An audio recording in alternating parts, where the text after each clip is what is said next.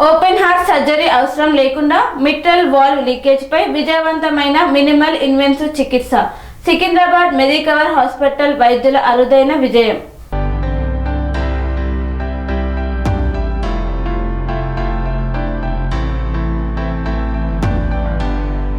వృద్ధాప్యంలో గుండె ఆపరేషన్ అంటే ప్రమాదమనే భయాన్ని చెదరగొడుతూ ఓపెన్ హార్ట్ సర్జరీ లేకుండానే 42 వృద్ధురాలికి విజయవంతంగా చికిత్స అందించినట్లు సికింద్రాబాద్లోని మెడికవర్ హాస్పిటల్స్ వైద్యులు తెలిపారు. కొన్ని నెలలుగా ఆమెకు శ్వాస తీసుకోవడంలో ఇబ్బంది, చిన్న పని చేసినా ఆయాసం, తీవ్ర అలసట వంటి సమస్యలు ఉండేవి. మొదట వీటిని వయస్సు ప్రభావంగా భావించి నిర్లక్ష్యం చేశారు. అయితే పరిస్థితి విషమించి గుండె వైఫల్యంతో ఆసుపత్రిలో చేరాల్సి వచ్చింది. పరీక్షల్లో ఆమె మిట్రల్ వాల్వ్లో తీవ్రమైన లీకేజ్ ఉన్నట్లు గుర్తించారు. వైద్యుల ప్రకారం భారతదేశంలో 65 ఏళ్లు పైబడిన వారిలో ప్రతి 10 మందిలో ఒకరికి వాల్వ్ సంబంధిత సమస్యలు ఉండే అవకాశం ఉంది. ఆమె వయస్సు మరియు ఆరోగ్య పరిస్థితిని దృష్టిలో ఉంచుకొని ఓపెన్ హార్ట్ సర్జరీ ప్రమాదకరమని భావించారు. దీంతో మల్టీ డిసిప్లినరీ హార్ట్ టీమ్ కేసును సమగ్రంగా పరిశీలించింది doctor Pramod Kumar Kachulakanti, director structural heart disease and advanced coronary interventions నాయకత్వంలో doctor Sagar Chandrashekhar Bhuyar, doctor N Sivaprasad Naidu, doctor Amarendra Kumar Singh, doctor Parvatraj Varun Gautam, doctor Subrahmanyam సమన్వయంతో కాథెటర్ ద్వారా మినిమల్ ఇన్వేసివ్ పద్ధతిలో చికిత్స నిర్వహించారు. కాలి రక్తనాళం ద్వారా చిన్న ట్యూబ్ పంపించి ఆధునిక ఇమేజింగ్ సహాయంతో వాల్వ్ లీకేజీని తగ్గించారు. ఈ సందర్భంగా డాక్టర్ ప్రమోద్ కుమార్ కుచులకంటి మాట్లాడుతూ వృద్ధుల్లో కనిపించే ఆయాసం, అలసటను కేవలం వయస్సు కారణంగా భావించకూడదు. సకాలంలో పరీక్షలు చేయించుకుంటే ఓపెన్ హార్ట్ సర్జరీ అవసరం లేకుండానే ఆధునిక పద్ధతుల్లో సురక్షితంగా చికిత్స చేయవచ్చు. హార్ట్ టీమ్ సమిష్టి నిర్ణయం వల్ల ప్రతి రోగికి తగిన చికిత్సను ఎంపిక చేయడం సాధ్యమవుతోంది అన్నారు. ప్రస్తుతం రోగి స్థిరంగా ఉండి శ్వాసలు గణనీయమైన మెరుగుదలతో రోజువారీ పనులు స్వయంగా చేసుకుంటున్నారు. మెడికవర్ హాస్పిటల్ యాజమాన్యం సహకారంతో ఇటువంటి అత్యాధునిక గుండె చికిత్సలను ప్రజలకు అందుబాటులోకి తీసుకువస్తున్నామని వైద్య బృందం తెలిపారు. పాత్రికేయ మిత్రులందరికీ నమస్కారం. మళ్ళీ ఈరోజు మిమ్మల్ని ఇక్కడ కలవడం చాలా సంతోషంగా ఉంది. ఈరోజు మెడికవర్ సికింద్రాబాద్ ఆసుపత్రిలో ఇంకొక మైలురాయిని మేము అధిగమించాము. ఈ విషయం మీ అందరితో చెప్పి ప్రజలకు కూడా ఈ జబ్బు గురించి, ఈ చికిత్సా విధానం గురించి అవగాహన కల్పించాలనే సదుద్దేశంతో ఈ సమావేశాన్ని మనం ఈరోజు ఏర్పాటు చేయడం జరిగింది. సో మీకు తెలుసు, ఇంతవరకు కరోనరీ ఆర్టరీలో చాలా మటుకు అభివృద్ధి అనేది కనిపించింది. ఒకప్పుడు బైపాస్ సర్జరీ మాత్రమే ఉండేది కరోనరీ ఆర్టరీ డిసీజ్కు. కానీ ఇప్పుడు వచ్చినటువంటి చికిత్సా విధానాల వల్ల మనము స్టెంట్ ప్రక్రియ అనేది చాలా ముందుకు తీసుకెళ్ళడం జరిగింది. సో బైపాస్ అనేది లేకుండా చాలా కేసెస్లో మనం స్టెంట్ ద్వారానే మనం చికిత్సా విధానాలు చేస్తున్నాం. దానిలో అనేక విధమైనటువంటి డెవలప్మెంట్స్ వచ్చినాయి. ఉదాహరణకి ఇమేజింగ్ కానీ, ఐవస్, ఓసీటీ, రోటాబ్లేటర్, తర్వాత కాల్షియం డిబల్కింగ్ కొరకు ఐవీఎల్ డివైసెస్, ఇట్లాంటివన్నీ వచ్చినాయి. సో అవన్నీ స్టాండర్డైజ్ చికిత్సా విధానాలు అయినాయి. అయితే ఈ హార్ట్లో ఉండేటువంటి నరాలకు సంబంధించిన దీనికి మనము ఈ స్టెంటింగ్ చేస్తున్నాం. అయితే కవాటాలలో ఉండేటువంటి జబ్బులకు కూడా ఇప్పుడు ఇంటర్వెన్షనల్ టెక్నిక్స్ వచ్చినాయి. అంటే ఇదివరకు ఏంటంటే కవాటం మూసుకుపోయినా, కవాటంలో ఏదైనా లీకేజ్ ఉన్నా కూడా ఇప్పుడు కేవలం బైపాస్ చేసి సర్జన్ ఆ వాల్వ్ని కట్ చేయడము, కొత్తగా మెటాలిక్ వాల్వ్ కానీ లేకపోతే బయోప్రాస్థెటిక్ వాల్వ్ కానీ అందులో వాళ్ళు కుట్టడం అనేది జరిగింది. సో దీనిలో ఇది కూడా ఇప్పటికీ ఉన్నటువంటి చికిత్సా విధానమే. అయితే కొన్ని సందర్భాల్లో పేషెంట్కు ఏజ్ ఎక్కువ ఉన్నా కూడా, లేదా వేరే ప్రాబ్లమ్స్ ఉన్నా, హార్ట్ చాలా వీక్ ఉన్నా కూడా, అటువంటి కేసెస్లో ఈ వాల్వ్ మార్పిడి శస్త్రచికిత్స అనేది కొంచెం ప్రమాదంతో కూడుకున్నటువంటి పని అవుతుందన్నమాట. సో దానికి ప్రత్యామ్నాయంగా ఇప్పుడు ఇంటర్వెన్షనల్ కార్డియాలజీలో స్ట్రక్చరల్ హార్ట్ డిసీజ్ ఇంటర్వెన్షన్స్ వచ్చినాయి. అంటే కేవలం ఈ తొడ ద్వారానే మనం వాల్వ్ని అక్కడికి తీసుకెళ్ళి ఉన్న వాల్వ్ అట్లాగే ఉంచి దానిలోనే మనం ఇంకొక వాల్వ్ని డిప్లాయ్ చేయడం అనేది ఒక చికిత్సా విధానం. అయితే ఇది అయోటిక్ వాల్వ్తో ప్రారంభమైంది. అయోటిక్ వాల్వ్ అంటే పైన ఉండేటువంటి అయోటిక్ వాల్వ్, అయోటిక్ స్టినోసిస్కి ఆల్రెడీ అది ఎస్టాబ్లిష్ అయింది. గత 6-7 సంవత్సరాల్లో ఇండియాలో కూడా జరుగుతుంది. ప్రపంచంలో 22 ఏళ్ల క్రితమే మొదలైంది. ఈ తర్వాత ఏమైందంటే మైట్రల్ వాల్వ్ కూడా ఇటువంటి చికిత్సా విధానం వస్తుందా అనేది ఒకటి మొదలైంది. అది కూడా ఇప్పుడు అందుబాటులో ఉంది. అయితే మైట్రల్ వాల్వ్లో ఏంటంటే లీకేజ్ ఉన్నప్పుడు దానికి సర్జరీ అవసరం లేకుండా క్లిప్స్ పెట్టే విధానం వచ్చింది. అంటే తొడలో నుంచే మనం వెళ్ళి వాల్వ్లో ఏదైతే 2 రెక్కలు ఉంటాయో ఆ మధ్యలో ఉన్నటువంటి గ్యాప్ని క్లిప్స్ ద్వారా మనము అనుసంధానం చేయడం జరుగుతుంది. సో ఆ రెండింటికి ఒక మైట్రల్ క్లిప్ అంటాం, అది మనకు మై క్లిప్ అనే పరికరం ద్వారా చేస్తున్నాం. సో ఈ చికిత్సా విధానం ద్వారా ఏంటంటే ఆ వాల్వ్ లీకేజ్ అనేది తగ్గుతుంది. సో వాల్వ్ లీఫ్లెట్స్ ఏదైతే దూరం అయిందో వాటిని క్లిప్ ద్వారా, అంటే ఉదాహరణకు మీకు చెప్పాలంటే స్టేప్లర్ ఉంటుంది కదా, మనం 2 దగ్గరికి వేసి ఒక స్టేప్లర్ వేస్తాం. అదే రకంగా హార్ట్లో ఉన్నటువంటి వాల్వ్కి స్టేప్లర్ విధానం, ఒక స్టేప్లరు లేదా 2 స్టేప్లర్లు పెడితే ఆ మధ్యలో ఉన్నటువంటి గ్యాప్ తగ్గిపోతుంది. సో దానివల్ల వాల్వ్లో లీకేజ్ అనేది తగ్గుతుంది. సో ఇది బేసికల్లీ అందరికీ అర్థమయ్యే విధంగా చెప్పాలంటే సూక్ష్మంగా జరిగినటువంటి ప్రక్రియ. అయితే ఈరోజు మనం ఇది 21st నాడు ఒక 15 days క్రితం ఈ జానాబాయి గారు అని పేషెంట్ అనమాట, నేమ్ అవసరం లేదు, వారికి సడన్గా ఆయాసంతో బయట ఒక హాస్పిటల్లో అడ్మిట్ అయ్యారు. అక్కడ వాళ్ళు ఇన్వెస్టిగేట్ చేసి ఈ సివియర్ మైట్రల్ వాల్వులర్ లీకేజ్ ఉందని వాళ్ళు అక్కడ గుర్తించడం జరిగింది. సో తనకేంటంటే బైపాస్ సర్జరీలో రిస్క్ ఎక్కువ ఉంటుంది, ఎందుకంటే ఆమె బాడీ ఫ్రేమ్ తక్కువ ఉంది, ఆమె తట్టుకోలేనటువంటి ఆమెకు ఒక ఇది ఉంది, సర్జరీ వద్దు, ఏమైనా వేరే చికిత్సా విధానాలు ఉన్నాయని నా దగ్గరికి రావడం జరిగింది. సో దాన్ని మేమందరం టీంలో డిస్కస్ చేసుకొని అందులో గొంతులో ఒక ట్యూబ్ వేసి ఎండోస్కోపీ ద్వారా ఎక్కువ చూసి ఒక వాల్వ్ లీఫ్లెట్ ఎక్కువ మూమెంట్ ఉంది, సో వీరికి క్లిప్ ద్వారా మనం చికిత్స చేయొచ్చు విజయవంతంగానే మేము అనుకున్నాము. సో ఆ ప్రకారంగానే ప్రొసీజర్ అనేది చేయడం జరిగింది. ఈ ప్రొసీజర్ కూడా అనెస్థీషియాలోనే ఉంటుంది. ఎకో కార్డియోగ్రఫీ ద్వారా మనం చూసుకొని క్లిప్స్ అనేవి పెట్టడం జరుగుతుంది. సో ఆ చికిత్సా విధానం వీరికి విజయవంతంగా మేము పూర్తి చేయడం జరిగింది. దీని ఉద్దేశం ఏంటంటే ఇటువంటి చికిత్సా విధానాలు ఏవైతే పాశ్చాత్య దేశాల్లో అందుబాటులో ఉన్నాయో మనం ఇక్కడ కూడా చేయగలుగుతున్నాము. ఈ సికింద్రాబాద్ మెడికవర్ ఆసుపత్రిలో ప్రథమంగా ఈ మైట్రల్ క్లిప్ ప్రొసీజర్ అనేది చేయడం జరిగింది. సో దాని గురించి మీకు చెప్దామనిపించాను. అయితే రెండవ విషయం ఏంటంటే ఈ ప్రొసీజర్స్ ఏవైతే చేస్తామో cardiac surgeon, cardiac anaesthetist, interventional cardiology team, anaesthesia team అందరూ కలిసి చేస్తారు.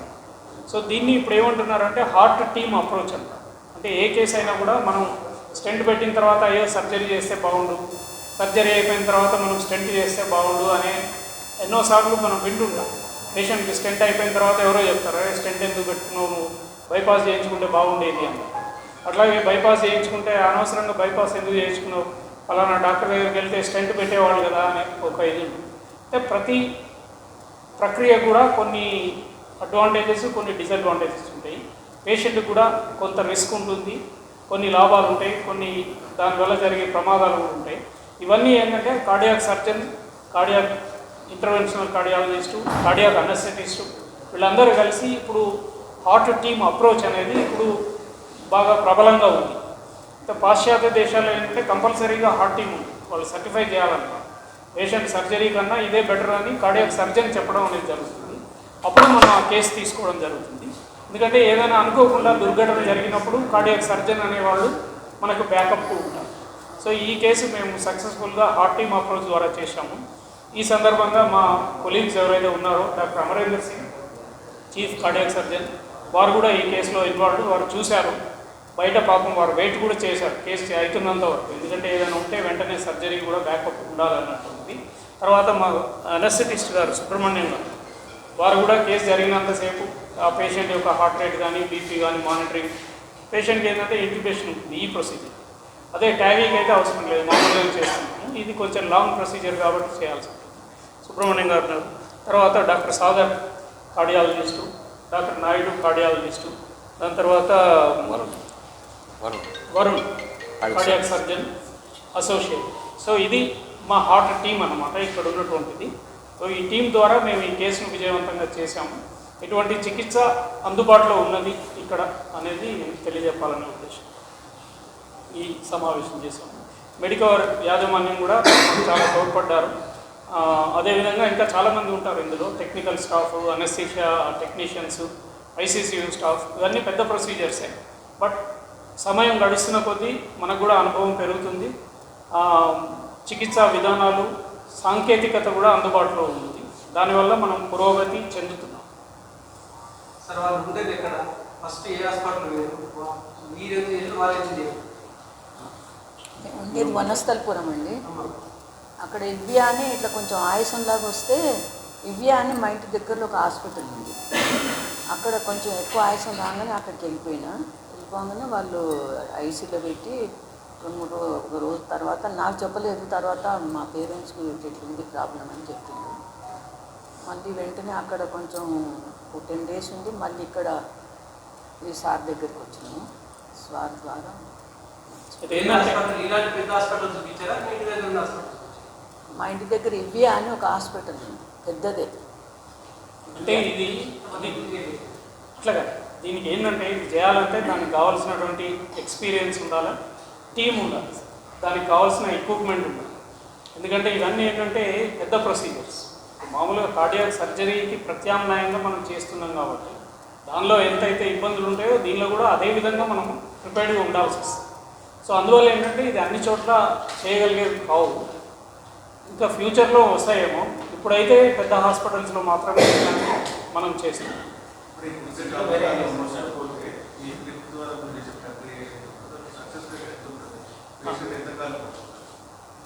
ఓకే, దీనిలో ఏంటంటే ముఖ్యంగా ఆవిడకు ఉన్నటువంటి సిమ్టమాటిక్ రిలీఫ్ కొరకు మనం ఇది చేయడం అనేది జరుగుతుంది.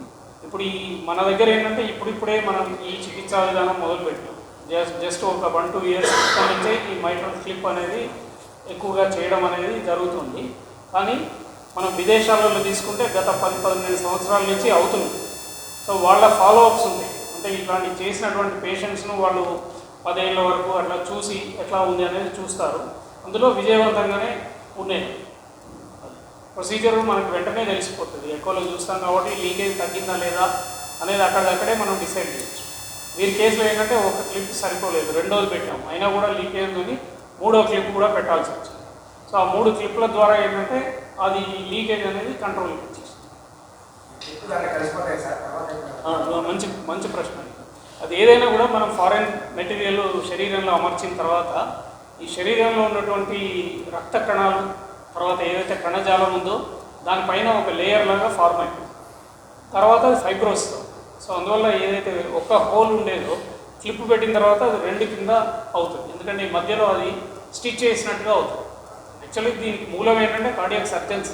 వాళ్ళు ఏం చేశారంటే ఇట్లా మైట్రల్ వాల్వ్ ఈ విధంగా ఉంటే మధ్యలో ఒక స్టిచ్ వేశారు. అల్ఫియరీ అనే ఆయన ఇది పెట్టాడు మొదలు. ఈ స్టిచ్ వేసినప్పుడు అది ఇట్లా ఉండేది 2గా వెళ్తుంది. దానివల్ల ఏంటంటే ఇది తక్కువ అయ్యేసరికి లీకేజ్ అనేది తగ్గింది. సో అదే మనం ఎందుకు చేయకూడదని ఇంటర్వెన్షన్ రీసెర్చ్ చేసి మనం కూడా ఒక క్లిప్ పెడితే సరిపోతుంది అన్న కంక్లూజన్కి వచ్చి ఆ చికిత్స మనం టేకప్ చేసుకోవాలి. దీనికి కూడా 3 hours వరకు పడుతుందండి. మామూలు సర్జరీ కూడా అంతే పడుతుంది. ఎందుకంటే పేషెంట్ అనస్థీషియా, దాని తర్వాత మనం లోపల టీఈ పెట్టి చూస్తూ ఉండాలి. స్టెప్ బై స్టెప్ దాన్ని చూసుకొని కరెక్ట్గా మనం క్లిప్ అనేది దానిలో అమర్చాలి. అయితే ఇది 2 రకాల వాళ్ళకి ఉపయోగం. ఒకటేమో స్ట్రక్చరల్ హార్ట్ డిసీజ్, అంటే మైట్రల్ ప్రొలాప్స్ అనేది సాధారణంగా లేడీస్లోను జెంట్స్లోను కూడా ఉండే జబ్బే. అదేంటంటే బై బర్త్ కొంతమందికి ఆ టిష్యూ వీక్ ఉంటుంది, దానివల్ల ఆ వాల్వ్ మూమెంట్ ఎక్కువ ఉంటుంది. సో దానికి క్లిప్ అనేది పెట్టవచ్చు. రెండోది ఫంక్షనల్ ఎంఆర్ అంట. ఫంక్షనల్ అంటే ఏంటంటే ఇప్పుడు కార్డియాక్ డిసీజ్ తర్వాత హార్ట్ ఎన్లార్జ్మెంట్ అయిన వాళ్ళు. సో నార్మల్గా హార్ట్ సైజులో ఉన్నప్పుడు ఇట్లా ఉంటుంది ఏదైతే మైట్రల్ వాల్వ్ ఆరిఫైస్ ఉందో. కానీ హార్ట్ ఎన్లార్జ్ అయినప్పుడు ఏమవుతుందంటే ఈ వాల్వ్ కూడా దూరం అయిపోతుంది. సో దానివల్ల ఏంటంటే దానికి ఏవైతే రెక్కలు ఉన్నాయో అవి కూడా దూరం అవుతాయి. సో అప్పుడు ఆ మధ్యలో ఏర్పడినటువంటి గ్యాప్ లేదా సంద ఏదైతే ఉన్నదో అందులోంచి లీకేజ్ వస్తుంది. సో మొదలు దీన్ని పెట్టినప్పుడు ఫంక్షనల్ మైట్రల్ రిగర్జిటేషన్కు స్టార్ట్ అయింది. దానికి క్లిప్ పెట్టడం వల్ల అది mitral regurgitation తగ్గడము, patient condition better అవ్వడం జరిగింది. తర్వాత ఏంటంటే మనం దీన్ని కూడా చేయొచ్చా అని ఆలోచించి ఇటువంటి కేసు కూడా చేయడం జరిగింది. ఇది డిఎంఆర్ అని, అదేమో ఎఫ్ఎంఆర్ ఫంక్షనల్, ఇది డీజనరేటివ్. సర్జరీ వల్ల ఏమైనా సైడ్ ఎఫెక్ట్స్ ఫ్యూచర్లో ఏమైనా వచ్చే అవకాశం ఉంటుందా? మెడిసిన్ కూడా ఎంతకాలం వాడవలసి ఉంటుంది? లైఫ్ లాంగ్ మెడిసిన్ వాడే అవకాశం ఉంటుంది? ఎస్, దీనిలో ఏంటంటే హార్ట్ పంపింగ్ పవర్ ఎట్లున్నదన్న మీద ఉంటుంది. పంపింగ్ పవర్ తక్కువ ఉంది. ఇంతకుముందు నేను చెప్పినటువంటి హార్ట్ బ్లాక్స్ ఉన్నవాళ్ళు లేదంటే పోస్ట్ బైపాస్ అయిన వాళ్ళు అయితే మందులు ఎక్కువ కాలం వాడాలి. హార్ట్ ఫంక్షన్ నార్మల్గా ఉంటే కేవలం ఒక 3 నెలల వరకు యాస్పిరిన్ ట్యాబ్లెట్ వేసుకోవాలి. వేరే ప్రాబ్లమ్స్ ఏమైనా డయాబెటీస్ కానీ హైపర్ టెన్షన్ ఉంటే వాటికి వాడే మందులు. దీనికోసం ప్రత్యేకంగా మందులు అవసరం లేదు. సైడ్ ఎఫెక్ట్స్ అంటే మనం చేసేటప్పుడే అది చూసుకోవాలి. ఆన్ ద టేబులే ఎక్కువ టైట్ కాకుండా చూసుకోవాల్సి ఉంటుంది. నెంబర్ ఆఫ్ క్లిప్స్ అక్కడనే మనం డిసైడ్ చేసుకోవాలి. ఇది మొదలు బయట నుంచి వచ్చేది. ఇప్పుడు ఇండియాలో మన ఒక కంపెనీ ఉంది, వాళ్ళు తయారు చేస్తున్నారు. సో దాని మీద PTFE మెంబ్రెయిన్ కోటెడ్ ఉంటుంది అనమాట. సో ఆ కోటింగ్తో క్లిప్ దానికి బిగించడం అనేది జరుగుతుంది.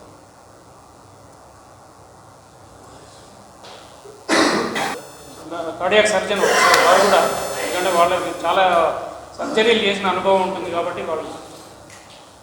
Thank you, sir, everybody for coming here and sparing your time here. And as sir has said, as the patient is getting older and our population is also huge, so we are getting many complex cases now, and every patient needs different kind of approach. So we have to see what they are having, how their clinical condition is, how what is their age is, what other comorbid disease, kidney dysfunction, paralysis or something. So we have to consider all the things before deciding on what treatment is the best. So we are coming up with this hearting approach, very nicely, beautifully executing for the last 6 months here in Medicover Hospital. And we all complex cases we discuss in detail with each other and take the help of each other. Or if we want to take help from other experts also, we take those kind of experts, and we try to give our patients the best with the whole team.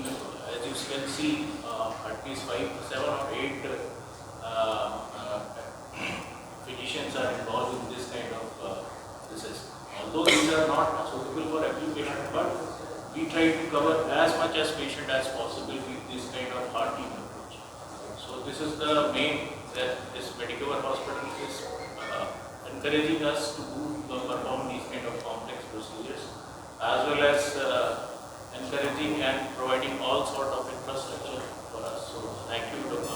స్థితిగతులను బట్టి కొంత మనం company వాళ్ళతో మాట్లాడటము, hospital వాళ్ళతో మాట్లాడి తక్కువలో చేయడం అనేది జరుగుతుంది. ఏజ్ అంటే జనరల్గా ఏంటంటే సార్, ఇది ఓల్డ్ ఏజ్ ఉన్న వాళ్ళకి ఇటువంటి చికిత్సా విధానాలు ఉంటాయి. యంగ్ పీపుల్కి అయితే సర్జరీ అనేది బెటరు. ఎందుకంటే వాళ్ళకి ఒకసారి మనం మెటాలిక్ వాల్వ్ అమర్చిన అది చాలా ఏళ్ళ వరకు మనం 20-30 ఏళ్ళ వరకు పనిచేస్తుంది. అయితే ఈ విధానాలలో ఏంటంటే లైఫ్ టైం మేనేజ్మెంట్ అనే ఒక కాన్సెప్ట్ ఇప్పుడు మాట్లాడుతున్నాం మనం.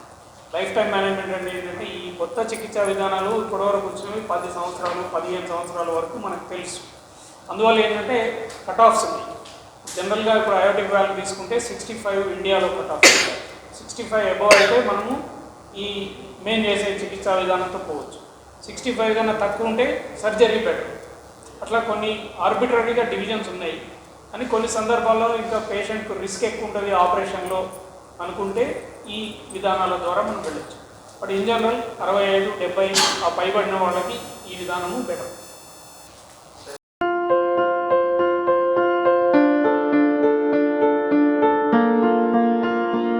సంస్కృతి, సాంప్రదాయం, ప్రేమ, ఆప్యాయత, రాజసం ఉట్టిపడే వేడుకలకు అనువైన ప్రదేశం MLN కన్వెన్షన్ హాల్. కని విని ఎరుగని రీతిలో జరిగే మీ ఇంటి కళ్యాణ వైభోగానికి అందమైన కళ్యాణ వేదిక MLN convention hall. MLN convention hall ప్రత్యేకతలు: సువిశాలమైన wedding halls, centralise AC, banquet hall మరియు విశాలమైన డైనింగ్ హాల్. వధువరుల కోసం ప్రత్యేక AC మరియు నాన్ AC గదులు. నక్షత్రాల వెలుగులో పచ్చని పచ్చికపై పార్టీల కోసం అనువైన గార్డెన్. MLN కన్వెన్షన్ లో CCTV పర్యవేక్షణతో పూర్తి భద్రత. 2000 వాహనాలు పార్కు చేసేందుకు సువిశాల పార్కింగ్ సౌకర్యం. మీ ఇంట జరిగే అన్ని శుభకార్యాలకు, పెళ్లి, reception, engagement, birthdays, get together, corporate events, ఏ ఇతర శుభకార్యాలకైనా అందమైన వేదిక MLN కన్వెన్షన్ హాల్. బుకింగ్ కోసం సంప్రదించండి 7550438888 మరియు 7550428888. మా అడ్రస్ చీర్యాల లక్ష్మీ నరసింహస్వామి దేవాలయం ప్రక్కన, near outer ring road, Keesara junction, Cheeryal గ్రామం, మేడ్చల్ జిల్లా.